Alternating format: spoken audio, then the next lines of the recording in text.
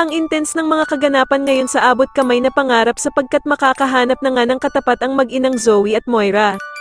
Dito nga ay kukumprontahin ni Justin sila Moira at Zoe, kaya naman ay gulat na gulat sila kung sino ang babaeng ito. Samantala ay patuloy naman ang pagkakaroon ng anxiety ni Lynette, at dito nga habang nagpapahinga siya sa kwarto ay bigla na lamang bubukas ang pinto at iisipin niya nga na may gusto talagang pumatay sa kanya. Sa kabilang banda naman ay panghihinaan na nga talaga ng pag-asa itong si Annalyn dahil sa sitwasyon ng Lolo Pepe niya, dahil nang makasalubong niya nga si Doc Lyndon ay bigla na lamang siyang mapapayakap dito habang umiiyak. Agad naman siyang tatanungin ni Doc Lyndon kung ano ba daw ang nangyari at bakit ito umiiyak. Samantala ay tuluyan na ngang lumalabas ang totoong ugali ng anak ni Giselle na si Justin. Dahil matapos nga ang naging sagutan nila ng ina niyang si Giselle, ay biglang may tatawagan ito at sasabihin na sana nga daw ay ang ina na lang niya na si Giselle ang nakomatos at hindi ang lolo niyang si Don Pepe.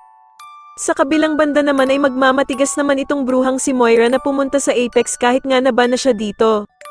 Pero agad naman dadating si Giselle at pagbabawalan niya itong pumasok. Pero sasabihin naman ni Moira na kaya lang naman daw siya pumunta ng Apex ay para abutan ng pagkain ng anak niyang si Zoe. Sasagutin naman siya ni Giselle na hindi na naman daw baby ang anak niyang si Zoe para dalhan pa ito ng pagkain. At dito nga ay manginginig ang dugo ni Giselle sa sasabihin ni Moira na palibhasa nga daw ay hindi niya ito mararamdaman at mararanasan ang pagiging ina dahil sa pinamigay daw niya ang kanyang anak nung maliit pa ito.